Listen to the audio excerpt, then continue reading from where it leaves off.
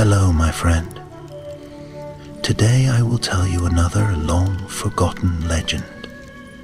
Close your eyes and let the magic transport you to Middle-earth. Our journey begins.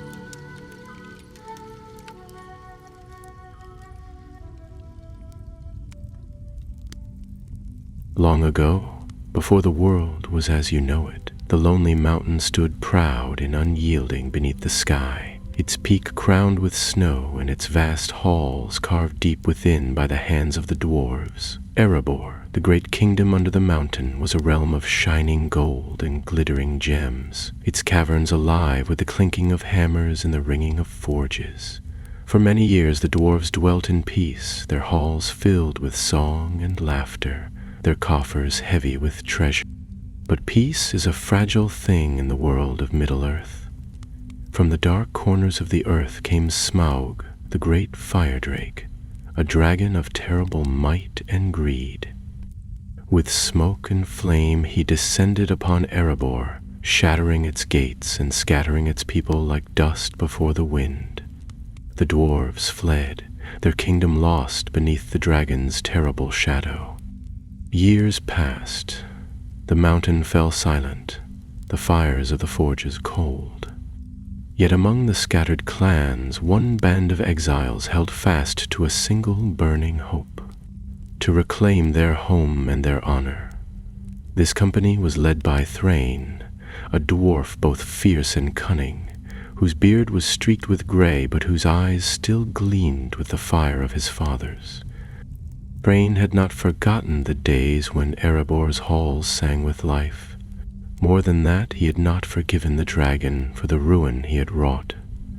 He gathered his kin in secret, deep in the foothills beyond the mountain's shadow, and spoke of a plan: to journey back beneath the earth and wrest Erebor from the claws of the beast.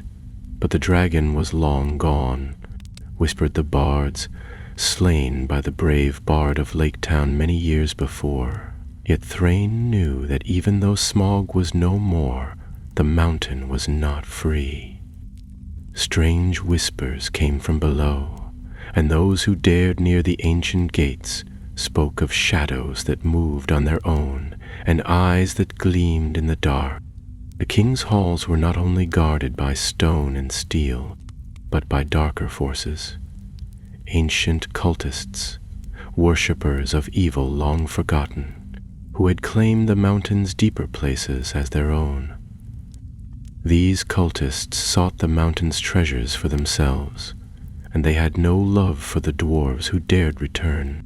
One cold evening, as the wind howled around the rocky spires of the mountain, Thrain sat with his closest companions, the firelight flickering in their grim faces. Among them was Balin, his steadfast friend, and Dane, a warrior whose hammer was as heavy as his heart.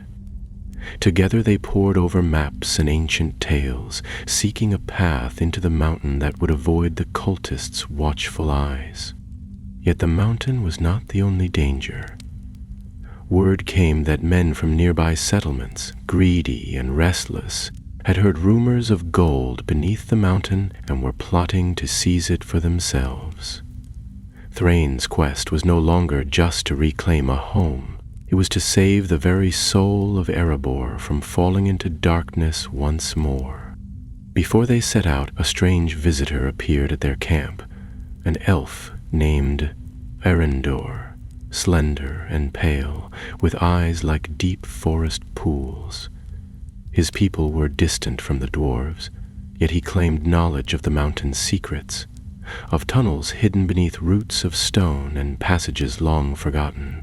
Though wary, Thrain knew that to face what waited beneath, they would need all the allies they could find, even if they came from an ancient race, often mistrusted by the dwarves. The night grew deeper, and the fire dwindled to glowing embers. Outside, the wind carried a faint echo, as if the mountain itself whispered warnings. Yet within the hearts of these few brave souls burned a fierceness stronger than fear, a vow to reclaim what was lost, to challenge the shadows beneath the earth, and to restore their people's name. So, beneath the cold stars, the company prepared to journey beneath the mountain's ancient gates. What awaited them in the dark was unknown, but the call of home was louder than any danger. With hammers and axes ready, and courage steadied by friendship and fury, they would descend into the shadow and face whatever doom or glory awaited them beneath one mountain.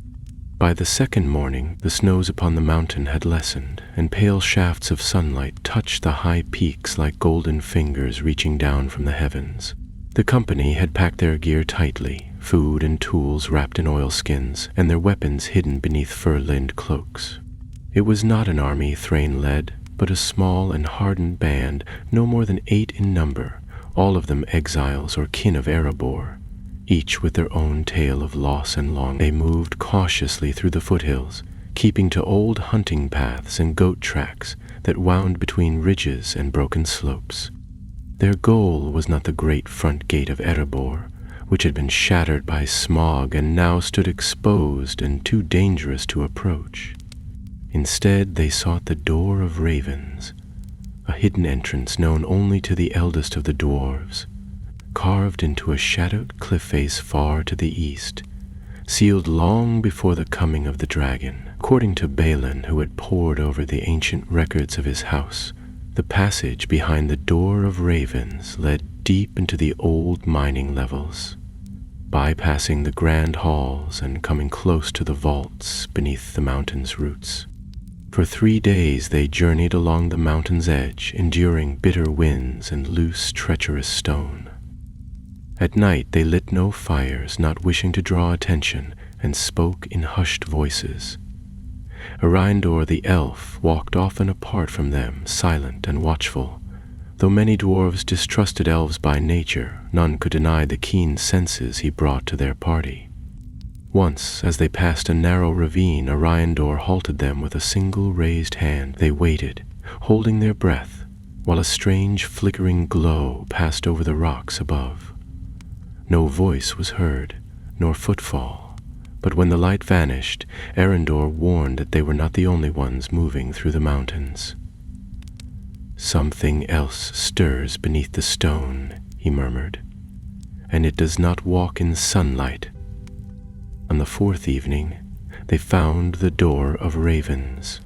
It was carved into the black rock beneath a high ledge, almost invisible to the untrained eye. 2 ancient stone birds flanked the entrance, their wings spread wide as if frozen mid-slight, their eyes long faded.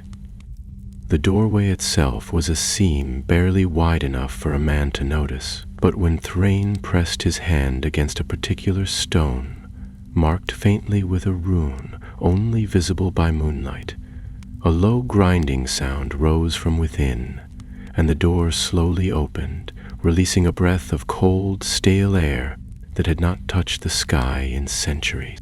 They entered, one by one, torches lit now that they were out of sight.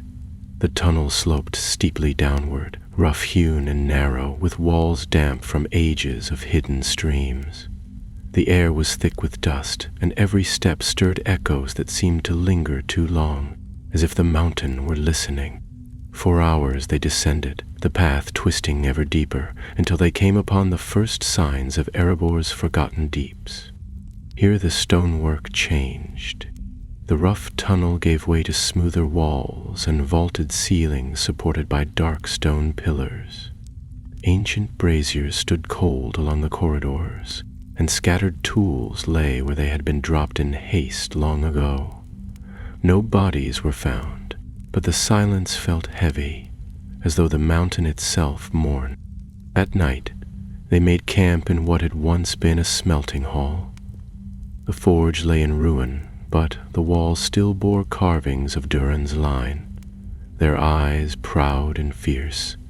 Dane stood long before one image, a likeness of Durin the Fourth, crowned and holding a hammer, and said nothing, but his fingers curled tightly around the haft of his own weapon. Their rest was short. In the small hours as the others slept, Thrain awoke to the sound of movement. Not footsteps, not breathing, but the scrape of something sharp against stone. He rose and crept through the corridor, axe in hand, until he came to a hall where Arendor stood unmoving, his bow drawn and aimed at a shadow just beyond the edge of the torchlight. The figure was cloaked, taller than a dwarf, its face hidden beneath a deep hood. It did not speak, but slowly raised a hand and pointed toward the northward tunnel. Arendor did not lower his bow. "He's no friend," he said softly, "but he bears no weapon." Thrain stepped forward, his voice steady. "Speak, or turn back into the dark." The figure gave no answer. Instead, it let something fall from its hand, a small, curved object that clattered on the stone. When Thrain stooped to pick it up, he saw that it was a piece of shaped obsidian, carved with strange twisting runes that did not belong to dwarves, elves, or men. Before he could ask more, the figure turned and vanished into the tunnel, swift and silent as smoke. Unease spread among the company. Arendor examined the obsidian token and confirmed their fears. It was a marker, a sign used by the cultists who had infested the lower depths. The message was not clear, but it reeked of warning or threat. Something knew they were there. Still, Thrain would not be turned aside. "If they mean to frighten us," he growled, "then let them come into the light and try. We are not afraid of cowards who skulk in tunnels." So they pressed on. The following day, they crossed into the old mines, vast echoing chambers whose ceilings vanished into shadow, the air thick with ancient dust. Here the wealth of Erebor had once been drawn forth, veins of gold and mithril split open by dwarven hammers, but now the mines were cold and still, their rails rusted, their carts overturned. Strange symbols had been scratched into the walls, crude and jagged, and once, in the distance, they heard chanting, low and rhythmic, as if coming from the roots of the world itself. "We're near them," Balin said. "Too near." That night, sleep came poorly to the company. Whispers echoed from deep shafts, and one of the ponies bolted into the dark and was lost. Arendor stood watch, never blinking, his fingers tight upon his bowstring. In the gloom, the dwarves held their weapons close and remembered the songs of old, of Durin's halls, of Gluin's hammer, of the great victory at Azanulbizar. They did not know it yet, but the worst was still to come. Morning never truly came beneath the mountain. But after some rest and a cold meal, the company set off again. Their spirits hardened, though none would speak aloud of the unease that clung to them. The deeper they traveled into the veins of Erebor, the more twisted and unnatural the passages became. The stone no longer bore the clean lines of dwarven craftsmanship, but sagged and cracked, as though some hidden rot had set in long ago. Here and there they passed ruined workshops and guard posts, their contents scattered and broken, as if ransacked in haste or rage. Something had stirred in these tunnels after Smaug's fall, something that did not build or craft, but only sought to corrupt and control. It was Arendor who first noticed the markings had changed. The strange symbols once crudely scratched into walls now formed more intricate patterns, clustered around doorways and carved into the very floors. He knelt beside one of the sigils and traced its lines without touching. "These are no idle warnings," he said grimly. "They're part of a binding. Something was brought here, or something has awakened." Thrain's grip tightened around his axe as he studied the passage ahead. "Then we cut through them before they finish their work. Every hour they grow bolder. We cannot let them spread." They moved forward with greater caution now, keeping torches burning bright and eyes sharp. Dane took the lead beside Thrain, his hammer at the ready. Vaelin and Olin, the youngest of the group, watched the rear. while Arendor slipped silently along the edges, always half a step ahead or behind, like a shadow that refused to be caught. They avoided the deeper shafts, where the chanting grew louder, and followed an old ventilation tunnel that spiraled upward and eastward toward a chamber Balin believed once served as a treasury vault. The way was narrow and filled with debris. Stone had collapsed in some places, and old iron braces, warped by time and fire, jutted like the bones of some forgotten beast.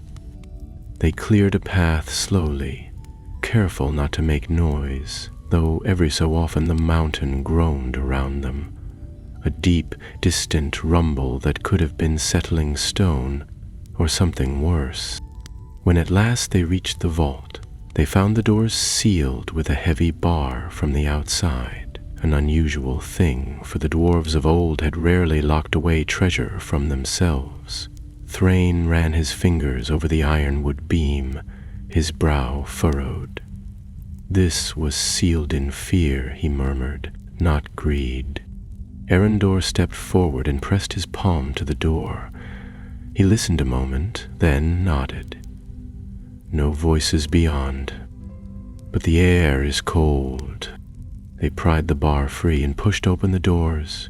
A rush of stale air escaped as if the room had exhaled after a long sleep. Inside lay a vault of black stone, its walls lined with empty alcoves and broken shelves. Once there had been gold here, gems and ingots and precious relics, but the shelves now stood bare. Only in the center did anything remain, a stone pedestal atop which sat a single iron chest, closed and chained. The chest was old, older than the vault itself, it seemed, and bound in blackened iron that glinted faintly in the torchlight. Around its base, the same twisted runes had been carved deep into the floor, forming a circle of containment. None stepped within it. Balin spoke first, his voice low. "That's no treasure of ours. That was brought here after the fall. And guarded," added Dane, pointing to the sigils. "Whoever left it didn't want it opened." Thrain stared at the chest in silence, weighing its presence against the warnings they had passed. He felt the pressure of time closing around them. This was not merely a reclaiming, but a race against forces that moved in secret. "We don't touch it. Not yet. Mark this place and seal it again. We'll deal with the cultists first." They rebarred the vault and left 2 runes of their own, signs of dwarven warning, carved just beside the door. Then they turned back toward the old central stair, a broad spiral carved into the heart of the mountain, once used by miners and messengers alike. It would bring them closer to the grand forges and the Hall of Ancients, the very place where the cultists were said to be gathering. The stairwell was not as they remembered it. Great chunks had fallen from the walls, and the steps were cracked and blackened. Far below there was light, dim and flickering like fire, and the faint sound of voices chanting in a guttural tongue. They descended slowly, torches held high, the echo of their footfalls swallowed quickly by the oppressive air. Halfway down they found what remained of a dwarf scout, nothing but bones and scraps of armor, the beard braids still clutched in one skeletal hand.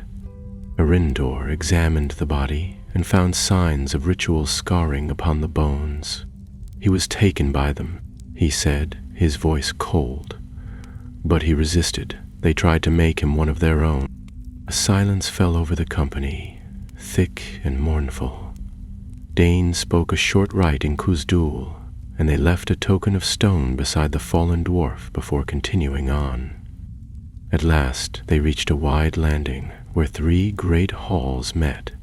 The walls here were scorched and lined with soot, the stone itself warped by some unnatural heat. Ahead lay the forge halls, to the left the burial crypts, and to the right a narrow corridor that led toward the hidden cisterns. Thrain turned to the others, his face set in grim resolve. We split here. Balin, Dane, and Olin take the cistern path, cut off their escape if they flee that way. Erendor and I will go toward the forge. If they're preparing a ritual, it will be there. Dane hesitated. And if we're attacked, hold your ground. We'll return as soon as the forge is secure. If we fail, collapse the passage behind us. No one argued. They clasped hands briefly, then went their separate ways. Thrain and Erendor moved swiftly, the flickering light ahead growing stronger with each step. The air became hot and thick with smoke, and soon they could see the great forge chamber beyond, a massive space of carved stone pillars and tiered platforms, once the pride of Erebor. Now it was defiled. The forges had been rekindled, but not with coal or bellows. Strange fires burned in unnatural colors, and around them stood robed figures, chanting, swaying, drawing symbols in the ash. At the center of it all was a brazier of black iron, and above it hung a shape bound in chains, a figure, unmoving, shrouded in blood-stained cloth. A prisoner, or a sacrifice. Thrain's eyes narrowed. We put an end to this, now.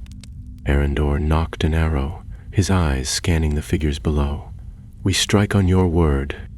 But just before Thrain gave the signal, the prisoner stirred and raised its head. The figure suspended above the brazier groaned faintly, head lifting just enough to catch the torchlight. It was a dwarf, though starved and bruised, barely clothed save for tatters of chainmail and a bloodied tunic. His beard had been burned at the ends, and his eyes, though swollen, still gleamed with something alive. Thrain froze where he stood, fury flashing through him like lightning. He knew that face. It was Gnarly, son of Fror, one of the earliest scouts sent into Erebor after Smaug's fall, lost without a trace near 10 winters ago. Yet here he hung, a prisoner beneath his own ancestral forge, surrounded by shadows that wore the shapes of men but chanted in voices not born of this world. Erendor lowered his bow slightly and whispered, "This is no simple cult. They are binding him to something. We may already be too late." Thrain's hand tightened on his axe, and he stepped forward, but Erendor caught his arm. "If we strike now, we must do it cleanly, fast, or he dies before we reach him." Thrain nodded once, then motioned for the elf to move left. He circled right, keeping low behind a shattered anvil.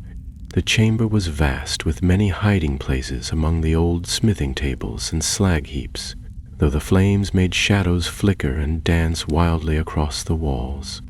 There were 7 cultists visible, robed in crimson and ash, their faces hidden beneath iron masks carved with eyeless sockets.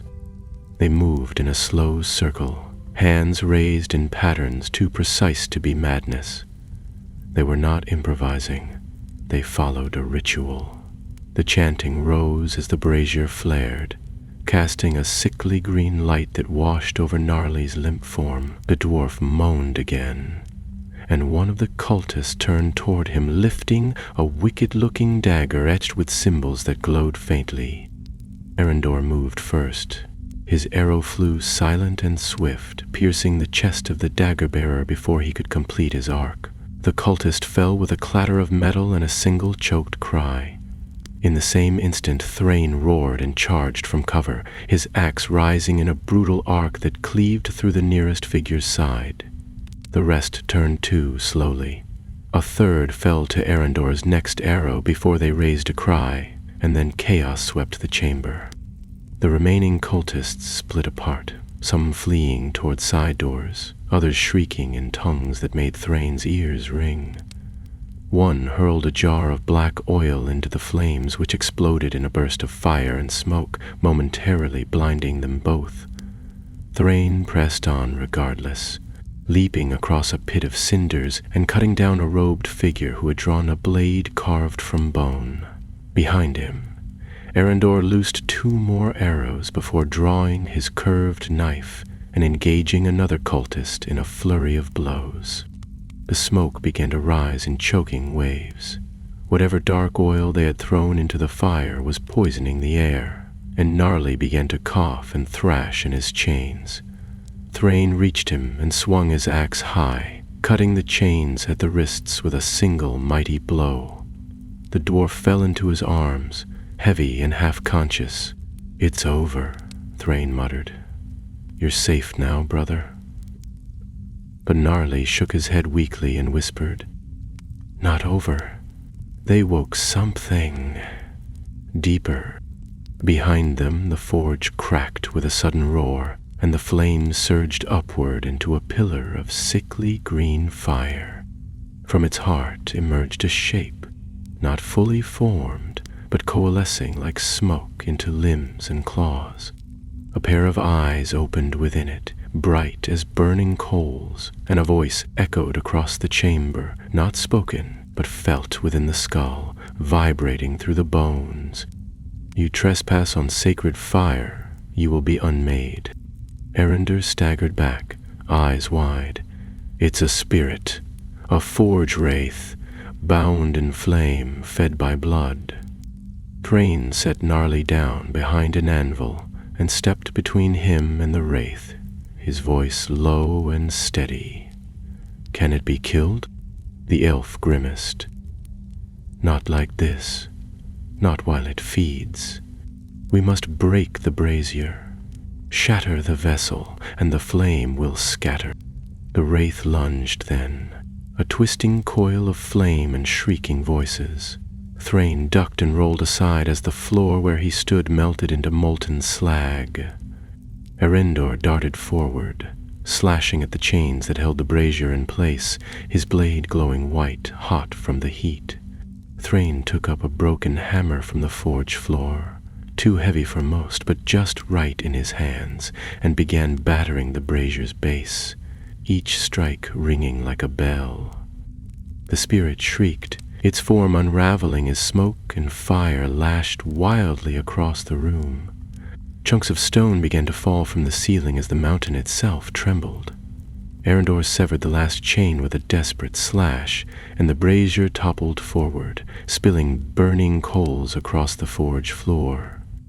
Thrain gave one final blow to the metal vessel, and it split in two with a blinding flash. The spirit howled as it was sucked back into the flame, which flared and then guttered out entirely. The chamber fell silent, save for the crackle of dying embers and Gnarly's ragged breathing. They had won, but only barely.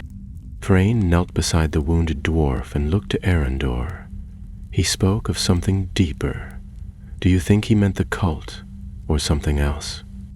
Arendor's face was pale as ash. They weren't summoning that spirit. They were feeding it, protecting something beneath. This was a warning, not a weapon.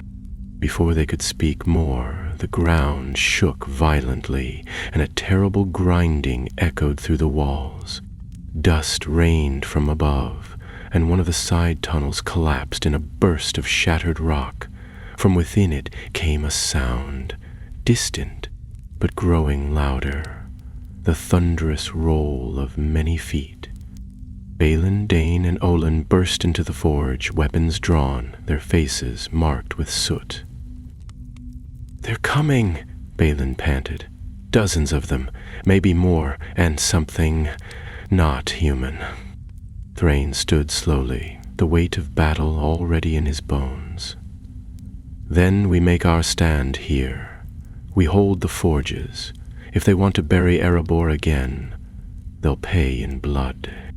But as the stone groaned around them and firelight danced in the tunnels, he knew this was only the beginning. Whatever lay beneath the mountain's roots, it was not sleeping anymore. The sounds from the tunnels grew louder with every heartbeat. Metal scraped against stone, boots pounded the floor in uneven rhythms, and a low chant, no longer ritualistic but warlike, echoed through the forge like the beat of an ancient drum. The enemy was coming not to summon or sacrifice, but to fight. Thrain moved quickly, giving orders with the practiced calm of a leader long hardened by exile and battle.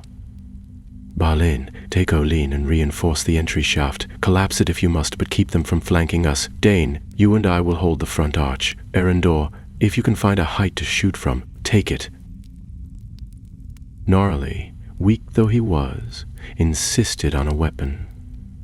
They gave him a short-handled axe and propped him in the rear forge corner where he could still swing if the fighting reached him. He refused to be left idle, even half dead. The forge chamber became their fortress. They overturned tables for cover and stacked slag heaps into barricades. Dane used the shattered pieces of the spirit's brazier to block narrow gaps in the walls, forging makeshift shields with heavy bolts of cloth soaked in water.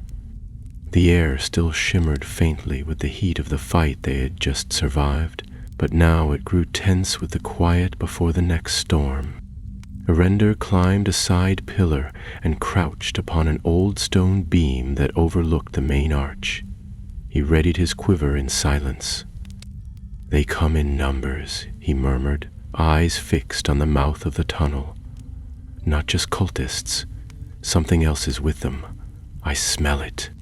The first of the attackers came in a rush, figures cloaked in shadow, masks of iron, blades glinting with fresh oil. They screamed wordless oaths and flung themselves at the barricades, scrambling over rocks and broken forges. Arrows flew from above, swift and sure, and Erendor's aim proved as deadly as ever. 2 fell with shafts in their necks, but more poured in behind. Dane met them with a roar, his great hammer crashing down upon the first masked figure with such force that sparks flew from the stone. Thrain fought beside him, his axe a blur of steel, parrying blades and driving back attackers with every heavy swing. The dwarves were outnumbered, but not outmatched. Each one fought with the fury of a people wronged and the precision of those trained by fire and steel. For a time, the enemy's charge faltered. Bodies piled before the barricades, and the survivors hesitated, uncertain whether to press forward or retreat. But then a new sound filled the forge. Not human, not cultist. It was a guttural, animal growl that seemed to scrape at the very walls, low and heavy as an avalanche. From the deeper tunnel stepped a beast not seen in these halls for many ages. A troll. Its hide was pale and leathery, scarred with crude brands. Chains hung from its shoulders, and its eyes glowed faintly red in the torchlight.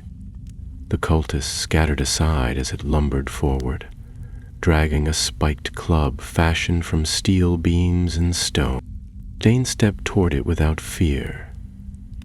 "I'll take this one," he muttered, shifting his grip on his hammer. "Hold the line, Thrain." "No heroics," Thrain growled, parrying a new attacker. "We need you breathing." Dane grinned, then charged. The troll met him with a roar and a swing that shattered one of the old forge tables into splinters. Dane ducked beneath the blow and brought his hammer up with all his might, slamming it into the beast's kneecap. The troll howled and staggered, but it did not fall. Instead, it seized a slab of stone from the wall and hurled it straight toward the barricade. Thrain shoved Owen aside just in time as the slab smashed into the stonework behind them.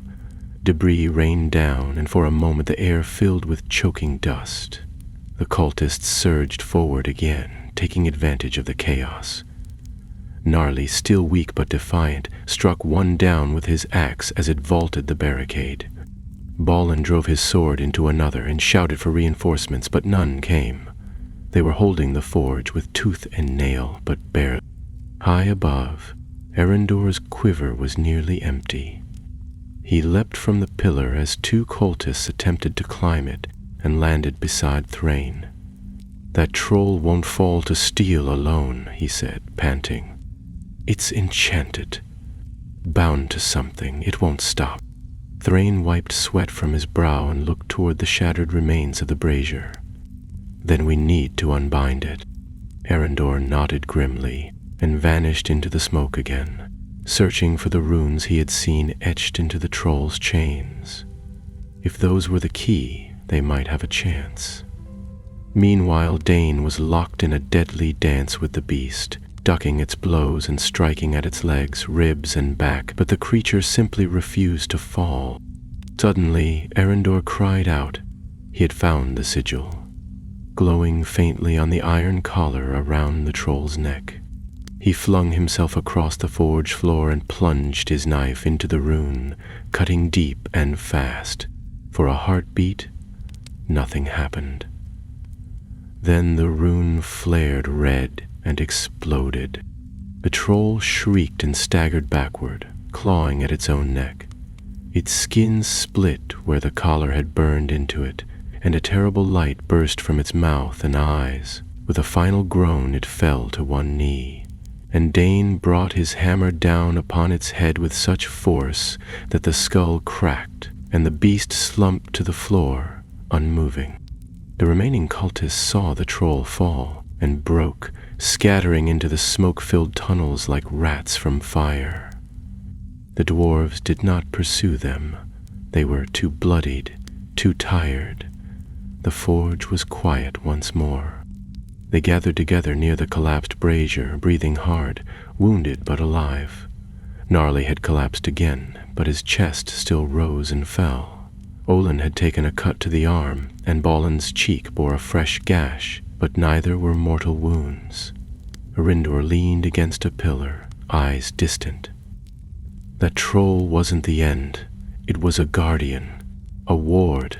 They're protecting something in the mountain's root. Thrain knelt beside the cracked forge stone, running his hand along the broken chains and melted symbols. Whatever lies below, they fear it waking more than they feared death. Dane sank onto a stone bench, panting. Then we'll wake it first and put it back to sleep with steel. They rested there for a time, taking stock of their supplies. Most of their water was gone, and their food would last only another few days. But their weapons were intact, and their courage remained. That, for now, was enough. As they sat among the ruins of the forge, the air seemed to grow colder, the mountain quieter, as though something below had felt the tremor of battle and had begun to stir. There was no turning back. They had scratched the surface of something ancient and cruel, buried in the bones of Erebor, and if they were to reclaim their mountain, they would have to descend into the dark and face it. Thrain stood at last and turned to his companions. "We go down tomorrow, we find what they hide, and we finish this." No one disagreed. The sleep that came that night was uneasy and shallow. Though the forge fires had died and the echoes of battle had faded into the deep stillness of the mountain, none among the company truly rested. They slept with weapons beside them and one eye open, listening to the groans of old stone and the distant moan of wind, or was it something else? The air in the forges was cooler now, the green glow of the spirit flame long extinguished, but a strange pressure remained, like the weight of some buried thought pressing against the back of one's mind.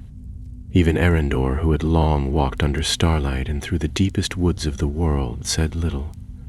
He kept to himself, watching the dark tunnel mouth that led down into the very roots of the mountain. By morning, if it could be called that beneath leagues of stone, the company rose in silence. They broke their fast quickly on dry bread and cold meat, filling water skins from a rusted cistern pipe that still ran clean.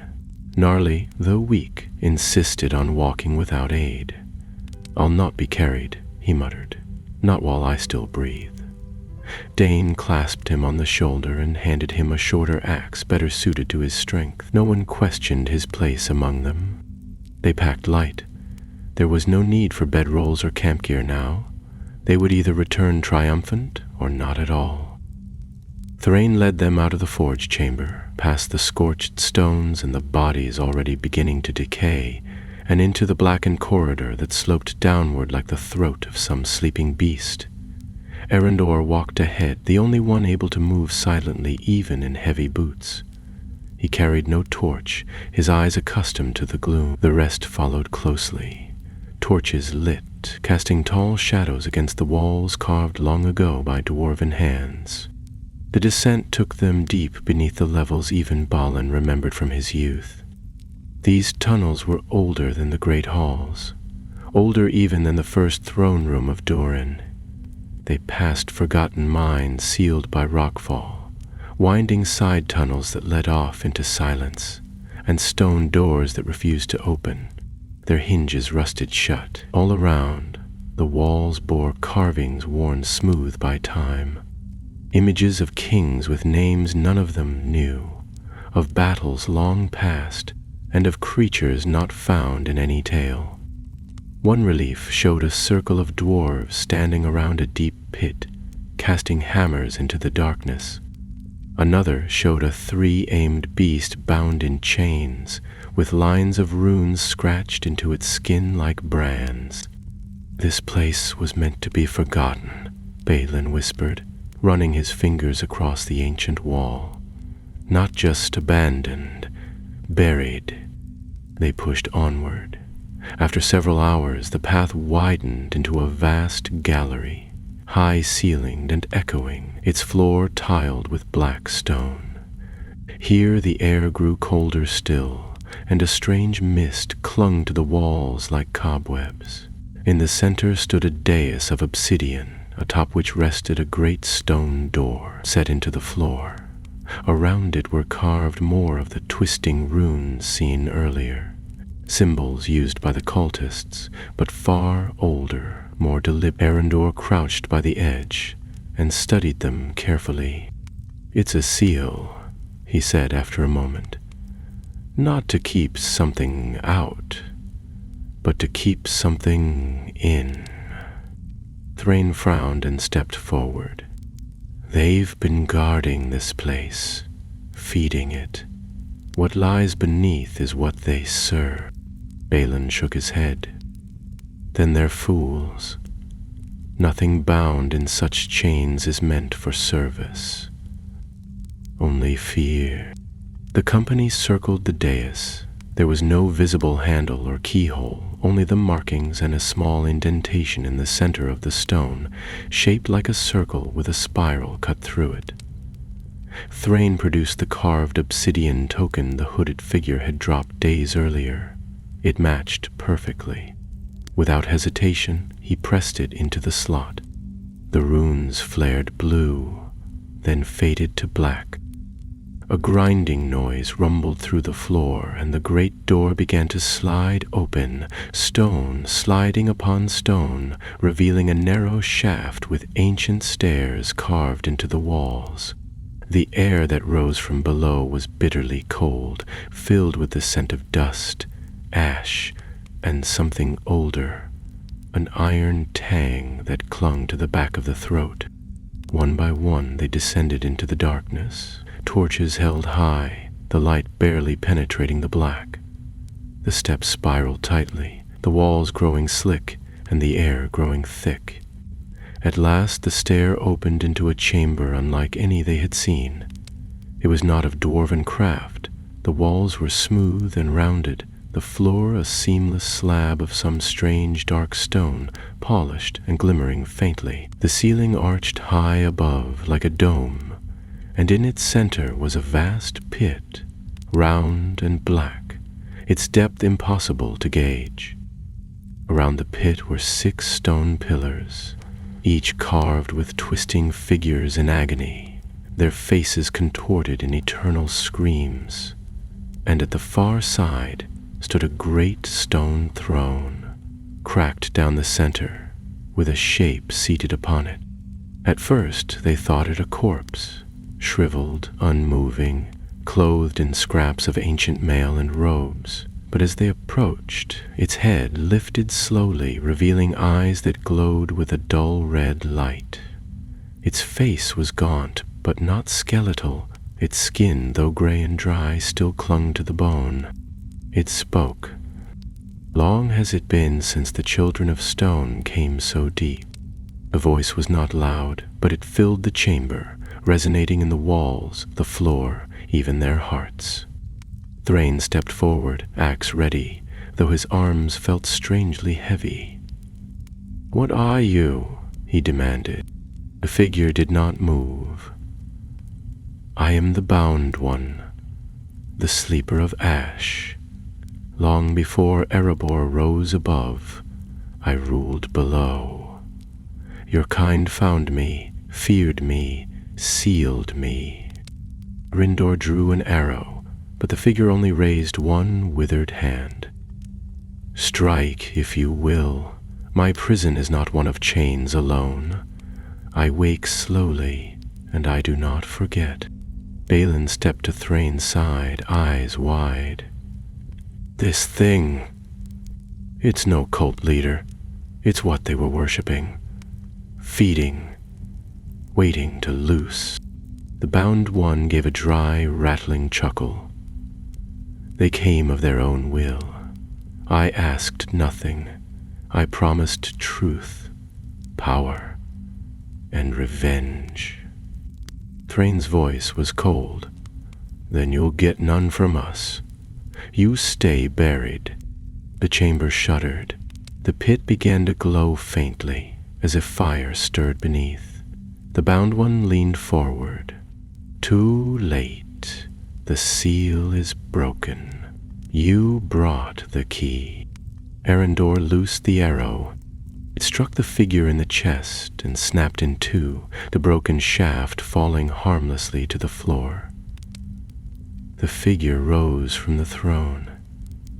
Not quickly, but steadily, like stone pulled from the earth. Thrain raised his axe. "Back, now!" The company moved as one, retreating toward the stair. Behind them, the pit flared with red light.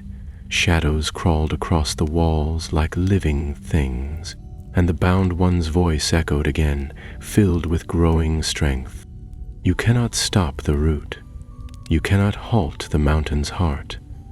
The forge was only the beginning." As they fled up the spiraling stair, the mountain trembled beneath their feet, and behind them rose the first true breath of something long buried, long dreaming, and now at last awake. The stairs shook beneath their feet as they ascended, faster than any dwarf was meant to move. Loose stones slipped underfoot, dust filled their lungs, and the red glow from the pit below grew brighter with every step. The bound one's voice no longer followed in speech, but in rhythm. A deep, pulsing beat like a second heartbeat in the stone, growing stronger, closer, impossible to silence. It was not just a voice now, it was a presence, a weight, as though the mountain itself was beginning to turn in its sleep. Thrain led them upward without pause, gripping Gnarly's arm where the elder dwarf stumbled, hauling him onward with pure strength and fury. Dane and Balin flanked the rear, watching the shadows below.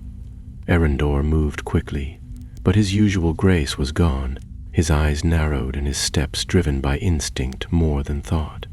The elf had grown pale, and Thrain noticed that he kept one hand at his temple as though something clawed at his thoughts.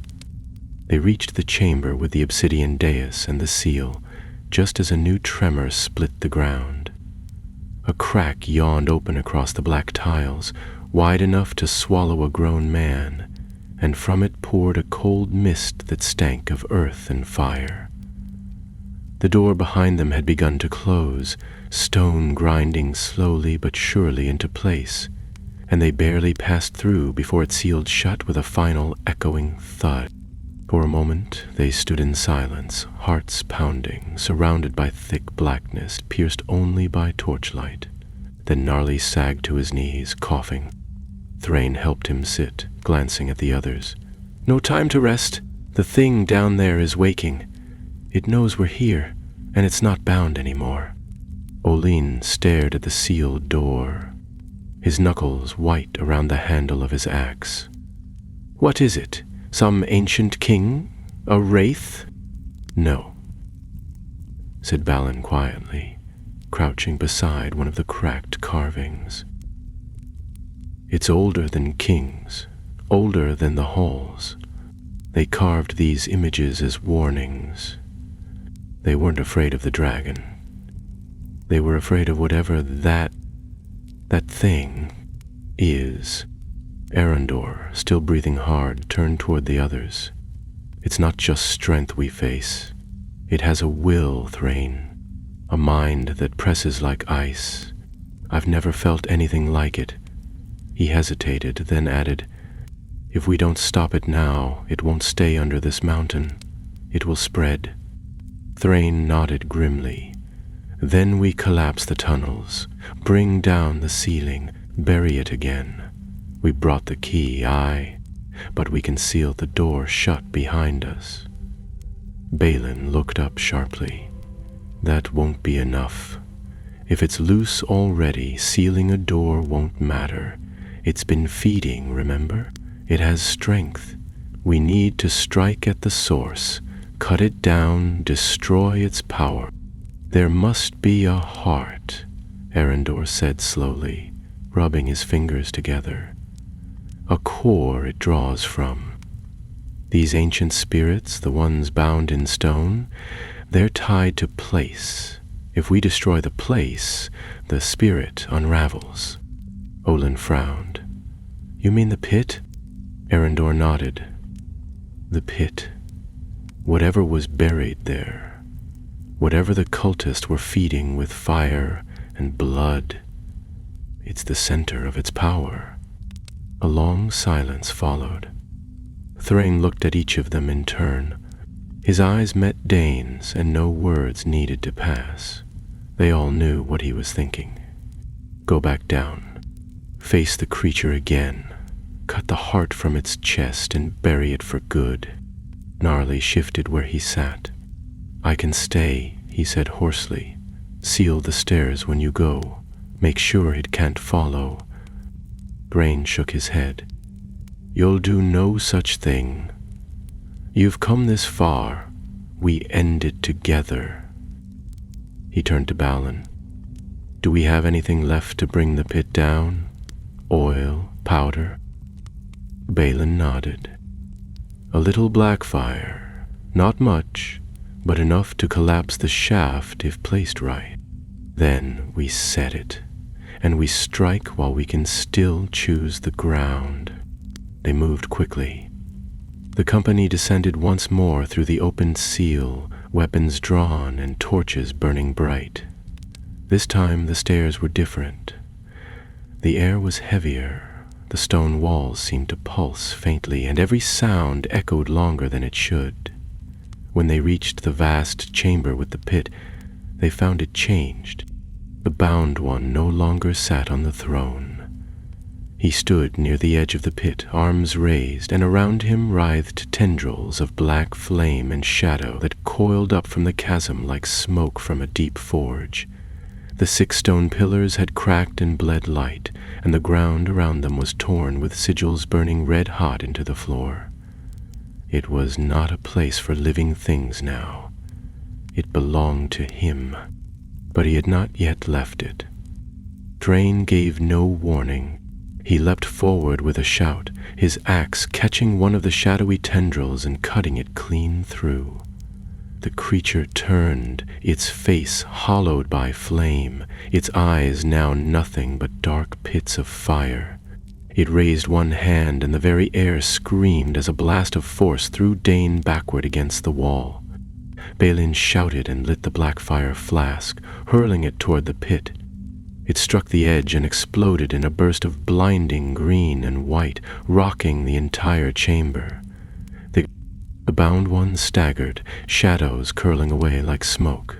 Arendor loosed 2 arrows, one striking the creature's shoulder, the other vanishing into the shadows. Olin and Gnarly ran to the edge of the pit and began hurling stones into it, trying to collapse the rim. The pit responded with a roar, a sound like 1,000 voices rising in fury. and from within surged a wave of heat and black mist. Thrain fought his way toward the throne, striking again and again. The bound one met him at last, blade of flame in hand, and their weapons clashed with a thunderous clang. Sparks flew, and the ground cracked beneath their feet. Thrain struck hard and fast, his axe glowing red from the heat, and though his foe was not flesh, he bled light with every blow. Dane rejoined the battle, limping but determined, bringing his hammer down on the glowing sigils, breaking the flow of power that fed the pit. Arendor climbed one of the cracked pillars and began firing down into the shadows, picking off tendrils as they rose.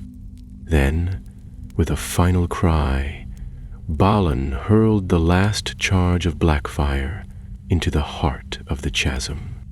There was silence, a breathless, terrible silence, followed by a sound so deep it could not be heard, only felt. The floor buckled, the throne cracked, and the bound one staggered back, howling in fury. His form began to unravel, shadows whipping away, light spilling from 1,000 cracks in his skin. Thrain raised his axe one last time and drove it deep into the creature's chest. The chamber exploded with light. When the dust settled, the pit was gone. Sealed by fallen stone and scorched earth, the throne was shattered, and the bound one had vanished. They stood there, gasping, blackened, wounded, but alive. The mountain was silent again. For the first time in an age, the forges of Erebor no longer echoed with dread. In the silence that followed, none dared to speak. The forge-deep chamber, once writhing with shadow and fire, now lay still and broken. Dust settled on the shattered floor like ash after a volcano's fury.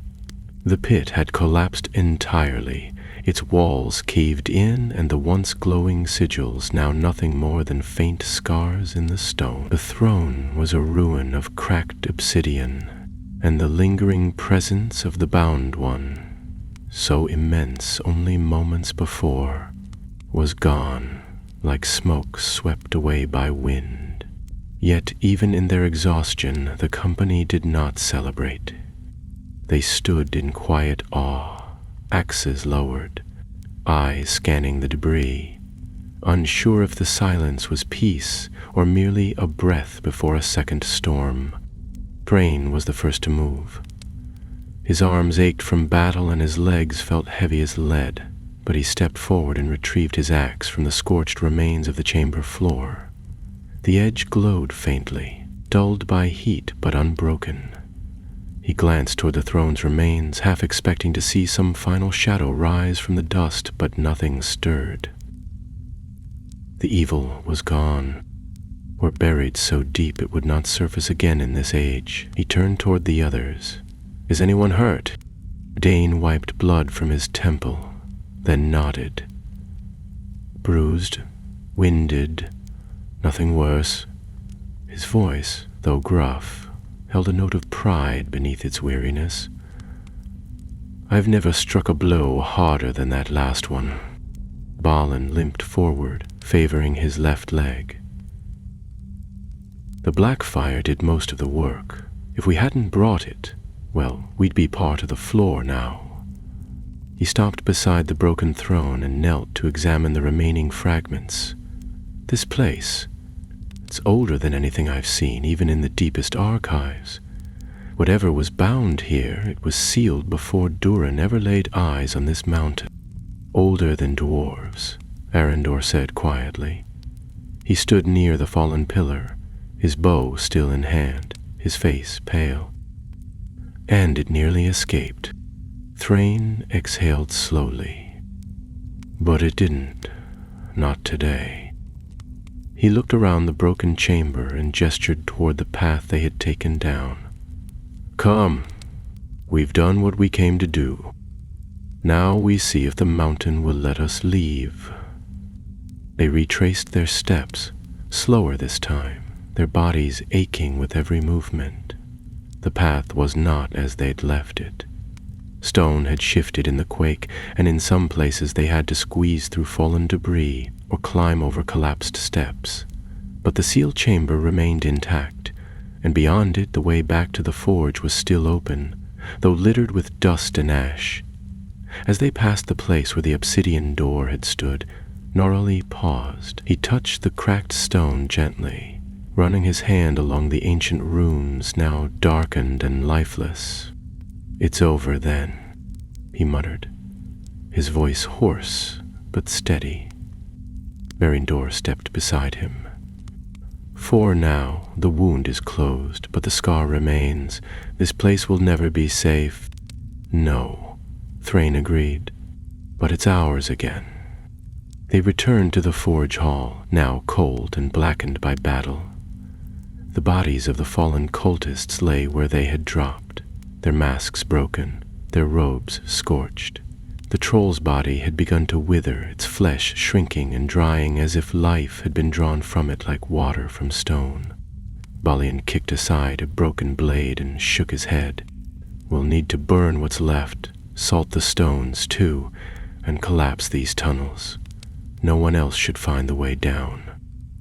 "We will," Thrain said, "but not today."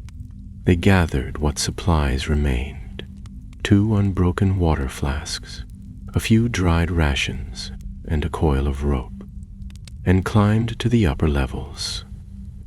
It took the better part of the day to return to the Raven Door, and by the time they reached it, the stars outside had already begun to shine.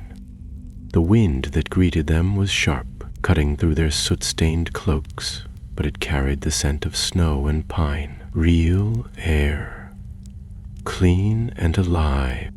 They stepped out in silence, one by one, and looked back upon the lonely mountain.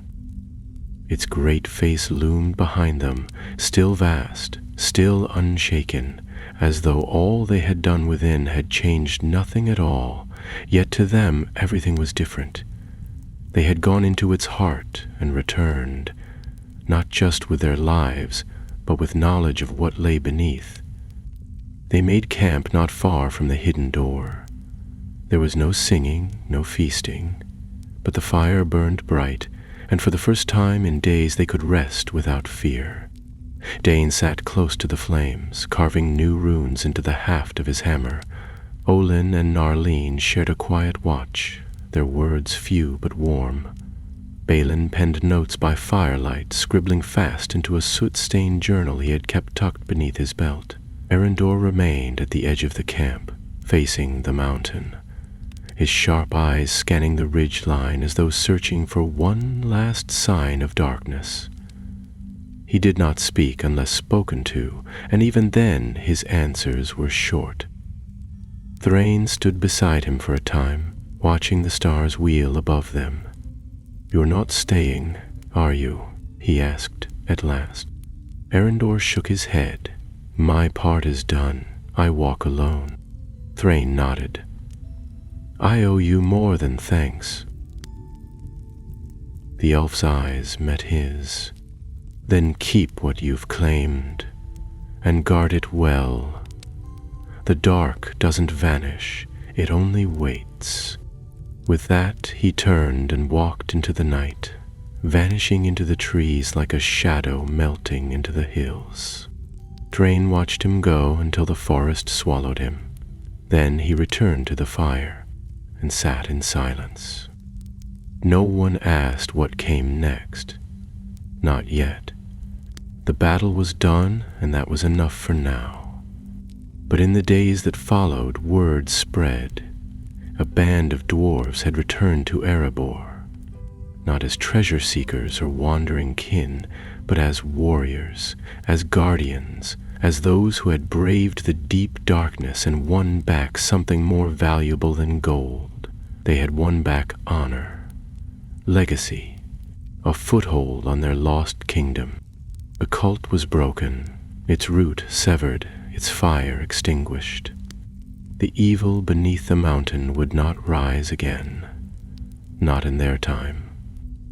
But deep in the memory of stone, where secrets are never fully buried, the shadow still lingered, faint and far, like the echo of a name unspoken. And the mountain, timeless and watchful, held its silence. The days that followed were quieter, though not without toil. Thrain's company remained in the shadow of the mountain for 3 more nights, gathering their strength, clearing the outer passages, and sealing what they could of the deeper tunnels.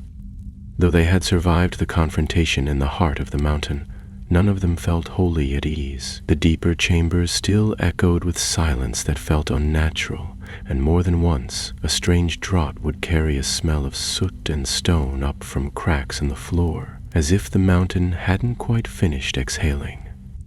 They burned the bodies of the fallen cultists on a high ledge where wind swept clean the ashes. There were no rites spoken over them, no mourning. Thrain and Dane stood watch as the fire crackled, the others keeping back. Gnarly refused to look, muttering that the ground beneath them had swallowed enough without feeding it further. When the smoke had drifted into the air and the coals burned low, they scattered the bones to the wind and sealed the ledge with a slab of rock carved with a single dwarven rune. Baraz, meaning closed.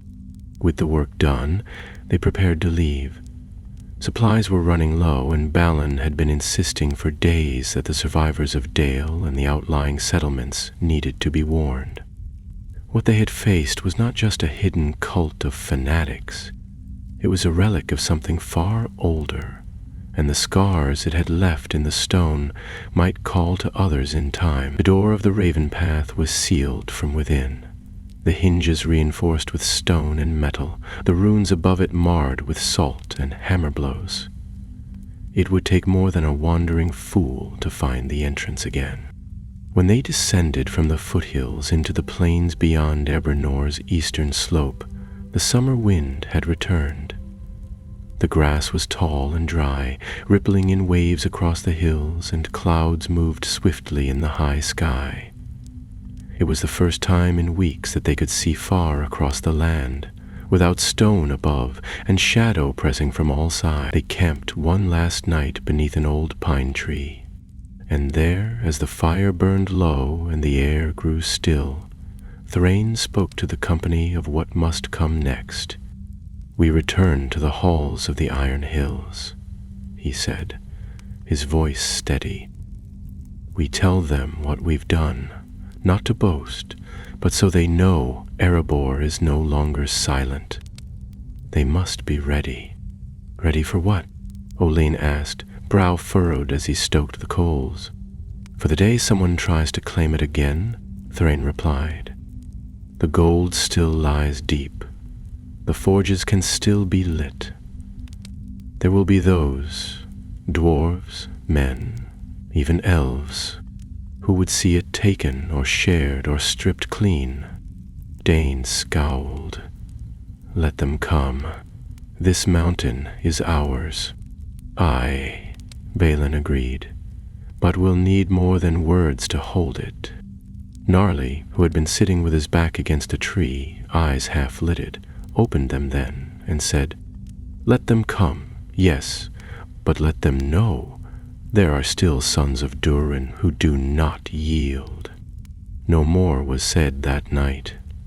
They shared the last of their ale, passed the old pipe Thrain had kept dry through fire and ash, and listened to the wind in the grass. For a time it felt like peace. In the weeks that followed, word spread through the dwarf holds like fire through dry moss. Tales were told in smithies and great halls of a band of outcast warriors who had fought beneath the lonely mountain and returned bearing fire-blackened arms and eyes that had seen beyond shadow. Thrain's name, long spoken in whispers among the exiles of Erebor, now carried weight again. He did not boast, nor did he take up a crown, but wherever he walked, dwarves stopped to listen. In the Iron Hills they were welcomed with caution at first. Many still remembered the grief of Erebor, the long years under the dragon's shadow, the cost of Thorin's final war. But when Thrain told of the evil that had taken root and the great spirit bound in flame, there was no laughter, only silence. The old smiths of Dane's court examined the scorched axe heads and broken iron masks they had brought back and nodded grimly. One of the rune masters whispered that he had seen the Bound One symbol before, in a forbidden scroll kept sealed since the days of Moria. None dared question Thrain's word after that. Yet even as the story spread, Thrain himself grew quieter. He spent long hours walking alone, visiting the deepest vaults and speaking with stonecutters and masons about reinforcement, sealing chambers, strengthening old halls. He asked few favors and accepted fewer offers of gold.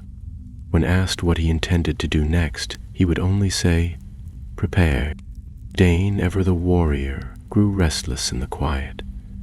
He trained the young guard, inspected weapons, and spent time drafting maps of the eastern tunnels. Balin took to copying the events of their expedition into a series of detailed records. He said the dwarves had forgotten too much of their own past and would not do so again if he could help it. Olin returned to Dale for a time, speaking with the merchants and hunters who dwelled along the river running, making sure none had seen strange lights or heard chants near the mountain since the day of their return. Gnarly remained close to Thrain, though his wounds had not healed fully. The older dwarf had taken a new seriousness upon himself. He spoke little, worked with stone and metal in silence, and often muttered to himself when he thought no one could hear. One morning, weeks after their return, Balin found Thrain in the lower chambers of the Iron Hills, poring over an old stone tablet with fresh markings scratched in beside the runes of Durin's line. "You still don't sleep," Balin said, offering a flask of warmed mead. Thrain took it without looking up. "There's work yet, a name to bury, and a kingdom to raise." Balin watched him for a moment. "You mean to return to Erebor?" Thrain nodded. "Not now, but soon, when the time is right, when we can hold it properly, cleanse it, reclaim it not just from shadow, but from memory." Valen sighed. "You know there'll be others. Some won't want the old kingdom restored. Some fear what sleeps under mountains." "Let them fear," Thrain said. "They should, but they'll come anyway, and when they do they'll find we are ready." He looked up at last, and Balin saw in his face not just the scars of battle, but the weight of a legacy not yet fulfilled. He saw Doran's fire, not as it had burned in kings of gold and stone, but in the quiet, stubborn fury of one who would not let his people be forgotten. The winds that swept through the Iron Hills grew colder as the season began to turn. Leaves in the higher valleys browned and fell, and a fine mist crept down the mountain paths each morning, like fingers seeking cracks in the stone. In the great halls beneath the hills the fires burned a little longer each night, and the clang of hammers echoed later into the darkness. Dwarves spoke more often now of Erebor, not with despair, but with a spark of something that had long been buried. Hope. Yet beneath that hope ran another current, quieter and heavier. For the tale of Thrain's company had spread beyond the dwarven holds. It had reached the men of Dale, the traders of Esgaroth, and even the rangers who passed through the northern wilds. And with it came curiosity and questions, and the dangerous interest of those who saw opportunity in quiet things waking. Thrain watched all this unfold with careful eyes. He did not walk with a lord's pride, nor claim a title, but it was clear to all who met him that something in him had changed. He spoke little at the feasting tables, but when he did, others listened. He no longer wore his axe at all hours, though it remained within reach, polished and sharpened. He spent more time in the library halls and the forges, speaking with scholars and builders, smiths and stone workers, asking about foundations, secret passages, and the strength of old vaults. Dane joined him often at first, but soon returned to his own warriors, grumbling that there was too much talk and not enough iron. Balin, however, remained close, his quill as steady as his sword had been. He continued his records and maps, compiling every detail of their descent into the mountain, the cultist's path, the vault of the chained spirit, the symbols they had seen etched in ancient stone. He sent letters west to scholars in the Blue Mountains, seeking counsel on what the Bound One had been and whether such evils had stirred elsewhere. Arendor had vanished like smoke on the wind. No word came from the elves, no message from the woods. Thrain half expected to see the elf one morning at the edge of camp, eyes gleaming and bow slung across his back, but he did not return. Some said he had gone back to his people. Others said he wandered the borderlands, watching. Whatever the truth, he left no trail behind. And yet Thrain often found himself glancing toward the high ridges at dusk, as if expecting a shadow to appear against the red sky. Gnarly, though not fully healed, had taken to crafting. He spent long hours bent over the forge, shaping tools rather than weapons, chisels and wedges, braces and hinges. When asked why he no longer worked with blades, he would only say, "We've fought enough for now, it's time to build." Yet there was a tension in his hands that betrayed the unease he could not voice, a restlessness that even the heat of the forge could not temper. Then, one morning in early autumn, a rider came from Dale. He was tall for a man, clad in a leather cloak lined with dark wool, and his horse bore the markings of the riverlands. The guards at the outer gate received him with caution, but he asked for Thrain by name, and his message bore the seal of Lord Brand, heir of Bard the Bowman. He was brought to the main hall, where Thrain stood speaking with the chief stonewright. The rider bowed stiffly, removed his gloves, and produced a scroll bound in blue ribbon. "My Lord of Dale bids you greetings," he said, "and news of strange talk near the lake." Thrain broke the seal and read. The message was not long, but what it said made his brow darken. A group of men, strangers not from Dale nor Lake Town, had been seen in the hills beyond the eastern marches. They asked too many questions and paid too much coin for silence. One of them carried a blade marked with the same spiral that Thrain had carved into the stone door of the mountain. Another was said to speak in a strange tongue, whispering at night by the campfires while the others slept. No one knew where they had come from, and they did not say where they meant to go. Thrain dismissed the messenger with thanks and returned to his chambers, scroll in hand. Balin joined him there a short while later, having heard of the visitor. Thrain handed him the parchment without a word. Balin read it slowly, then looked up. "They're looking for the vault." Thrain nodded. "Or something worse. They know what was buried." Balin rubbed his temples. "We sealed that place as best we could. How would they even find the passage? There are always those who remember things best left forgotten," Thrain said, "and secrets written in stone have a way of surfacing." He crossed to the long table where their old map of Erebor lay spread, its edges pinned with iron weights. He pointed to the eastern ridges, just beyond the Raven Door. "We need to go back, not just us, a host, builders, sentries, stone menders. Erebor cannot lie unguarded." "You mean to reclaim it fully?" Balin asked. "Not tomorrow, not by force. But if we do not place our mark there now, others will. We don't need to shout it from the mountaintops. We just need to hold the ground." Balin hesitated, then nodded slowly. "Then let's begin." And so, quietly and without proclamation, Thrain's company returned to the lonely mountain.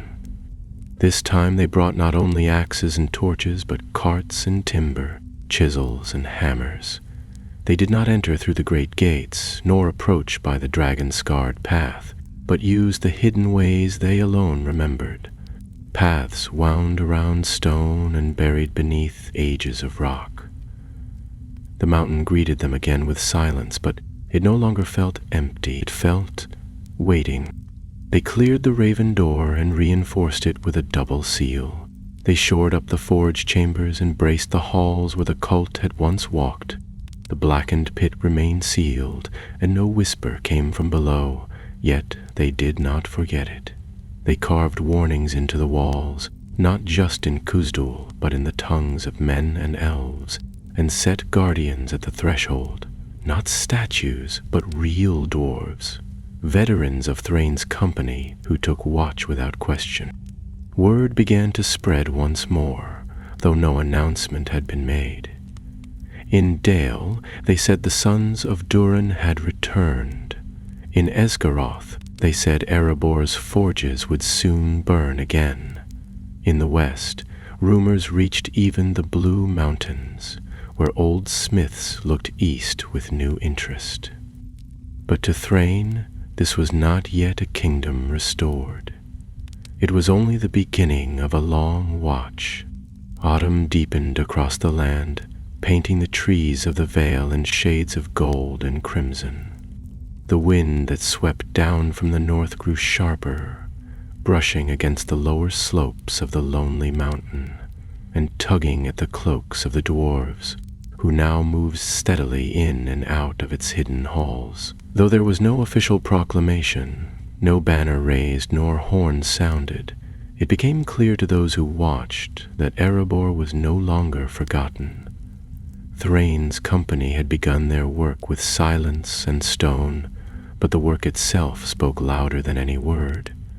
Smoke now curled upward from repaired chimneys in the eastward forges, faint and silver against the sky.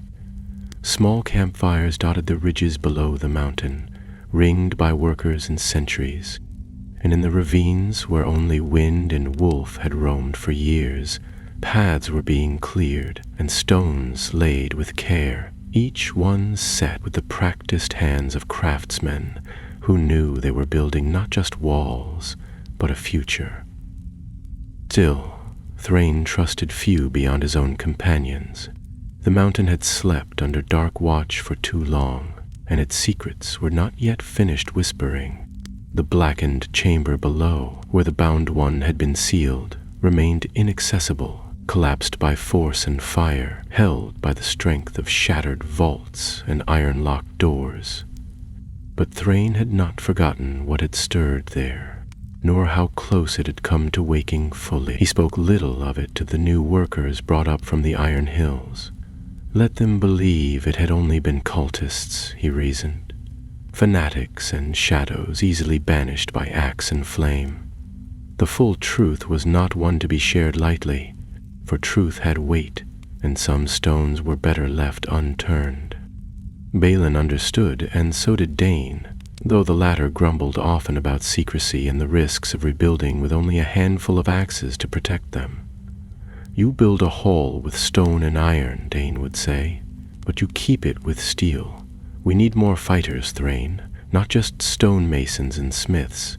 Thrain would listen, nod, and promised to send word when the time was right. For now, he kept the work slow and the company small, trusting only those whose oaths had been proven in the black fires beneath the mountain. It was near the end of the harvest month when a scout returned from the eastern marches bearing strange news. He was a young dwarf named Doran, wiry and sharp-eyed, recently arrived from the south with tools rather than weapons. But he had taken to the paths beyond the camp easily, and often volunteered to range beyond the mountain's shadow, where wolves still prowled, and travelers moved quietly along the old trade tracks. When he returned one evening, pale-faced and breathless, the watch took notice. Thrain met him in the outer hall, where dusk filtered through a cracked skylight and dust swirled in the amber light.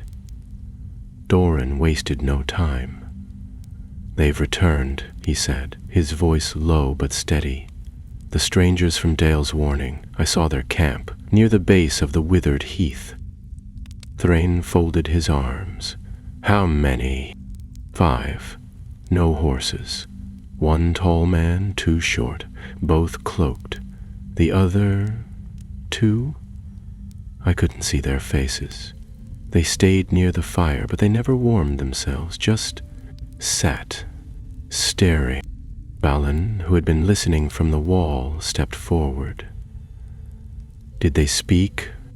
"Only the tall one. He was muttering, not in the common tongue." "Did you hear the words?" Doran hesitated, then nodded. "Some. I wrote them down. They were wrong, like something twisting inside your head." He reached into his belt pouch and handed Thrain a torn scrap of cloth with letters scrawled in charcoal. The runes were jagged, curling inward like claws, and one glance was enough to turn Thrain's stomach. He recognized the spiral, the hooked characters. They were remnants of the same language carved into the pillars below the mountain. "They're not just wanderers," Thrain muttered. "They're searching, still." Balin frowned. "They should have turned back long ago. The path's sealed, the pit's buried. Perhaps they're not after what's buried," Thrain said.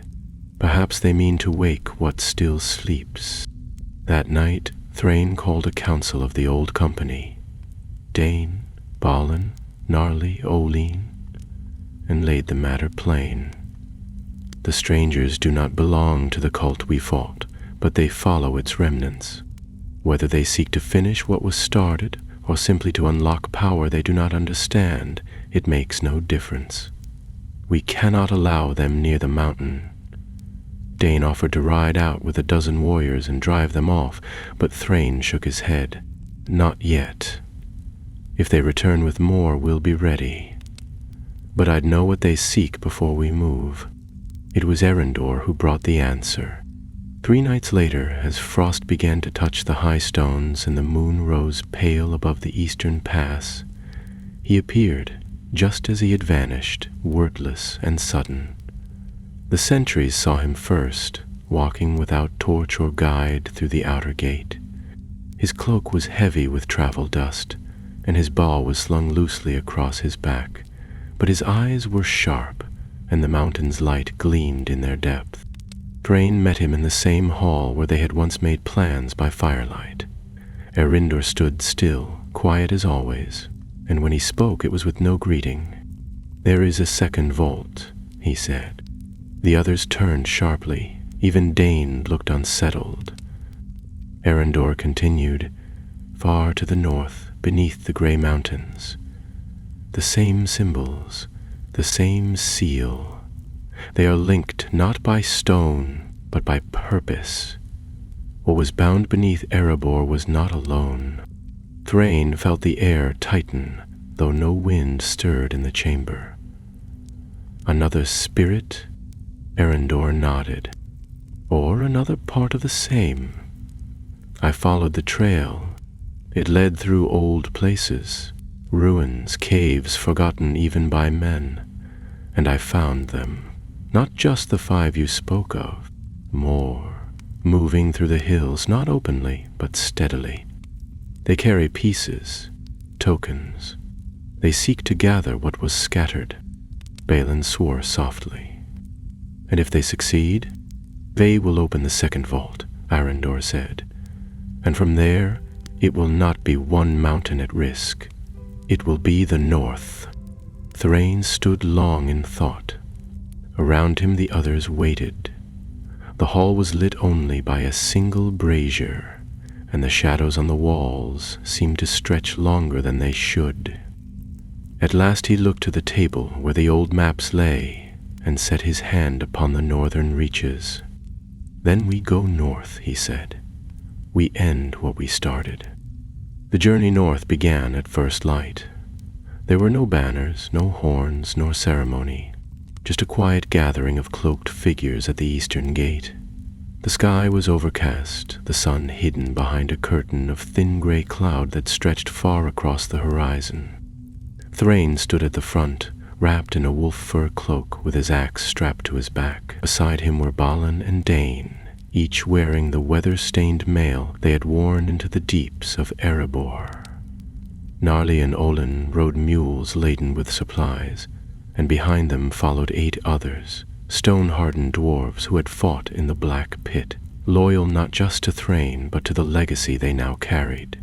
Erendor brought up the rear, silent as ever, his face unreadable beneath the shadow of his hood. They rode east at first, skirting the lower slopes of the lonely mountain, before turning northward where the land grew colder and the trees more sparse. For 5 days they traveled, through wind-blown passes and narrow forest paths, sleeping beneath overhangs and in ancient hunting shelters long abandoned. The air changed as they climbed higher into the gray foothills of the arid Mithrin, the gray mountains. There was little birdsong here, and even the wind seemed to whisper only in low, careful tones. It was not just the season that chilled the air, but something older, a presence subtle and unwelcome, as though the land itself was waiting for something that had not yet come. On the 6th day they came upon the ruin. It was not marked on any map Balin had carried, nor remembered by the elders of the Iron Hills. The stone was blackened by age and half buried by earth, overgrown with moss and lichen, yet there was no mistaking the pattern carved into the arched entrance, half given beneath the collapsed tower, the spiral and clawed sigils of the cult. Erendor stepped forward and knelt by the threshold, brushing snow from the edge of a cracked tile. The runes glimmered faintly beneath his touch. "This is the place," he said. "The seal lies below. If they haven't broken it already, they soon will." Thrain gave the order to move in. They descended with care, lighting torches only when the gloom became too thick to see. The halls beneath the ruin were narrower than those of Erebor, more twisted, shaped not by dwarven craft but by something older, something that had forced its shape upon the stone rather than carved it. The air smelled of damp and rot, and every sound echoed in a way that made it impossible to tell how far the tunnels truly stretched. At the first junction, they found signs of the intruders. Old boot prints in the dust, broken twine from a torch bundle, and a scrap of gray cloth marked with the same rune they had seen near Dale. They were close. Balin led them through a side passage, winding down toward a lower vault that the mapless halls seemed to funnel toward like water toward a drain. The further they went, the more signs they found. Candles burned to stubs, symbols daubed in ash upon the walls, and in one place, the bones of a small animal, arranged in a circle and left with a twisted charm at the center. Erendor paused beside it, frowning. "Ballings to their shops. They've already begun. These rites, they aren't just for awakening." "Uniting what?" Dane muttered, gripping his hammer tighter. "Fragments, shadows. They believed the power that stirred in Erebor was only one piece of something greater. Here, they mean to bring the rest of it together." They quickened their pace. The vault itself was larger than expected, a wide circular chamber supported by 6 arching columns, each one etched with spirals that reached from floor to ceiling. The center of the floor bore a circular pit, this one not open but sealed with a disk of black stone fitted with a ring of iron. Around it stood 5 figures in dark robes, their backs turned, chanting in a language that felt more like sound than word. At the far end of the room stood a 6th figure, taller than the rest, hood lowered. His face was pale, scarred by old burns, and his eyes were rimmed with red. He turned as they entered and smiled. "You are late," he he said, "but you've come all the same." Thrain stepped forward, axe in hand. "Stop the chant. End this, or it ends with you." The pale man did not flinch. "You sealed one mouth. We will open another. The voice below does not sleep. It merely waits to be heard." He raised his hand and spoke a single word. The runes on the stone seal flared. Thrain gave the order. The company charged, weapons drawn, torches flaring behind them. Erendor loosed the first arrow, striking one of the chanting figures through the neck. The rest scattered as Dane and Balin crashed into their ranks, blades cutting, voices raised in Kuzdu. Gnarly and Olin swung around the side, aiming for the seal itself, where the ring of iron now glowed red-hot and pulsed like a living thing. Thrain met the pale man in the center of the chamber, and their weapons struck with a sound like splitting stone. It was not a long battle, but it was fierce. The cultists fought with the desperation of those who believed themselves chosen, but they were outmatched. One by one, they fell beneath dwarven steel. Only the pale man remained, his blade curved and dark, his form moving with unnatural speed. But Thrain pressed him, step by step, blow by blow, until at last he drove the axe into the man's side and brought him to his knees. "You cannot kill what is already bound," the man whispered. "He shall not win."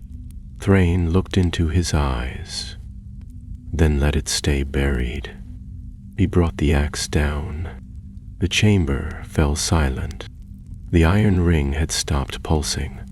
The runes faded into darkness.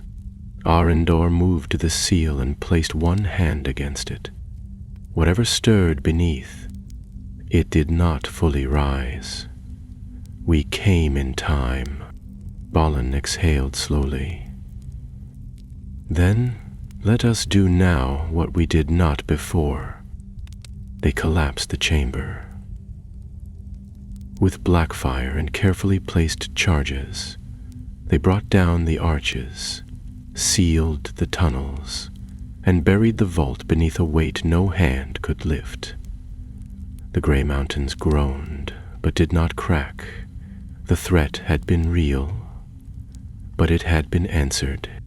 3 days later, they returned to Erebor. Thrain did not speak of what had passed beneath the Grey Mountains. Neither did the others. The work in the mountain continued, and the watchers at the gate were doubled.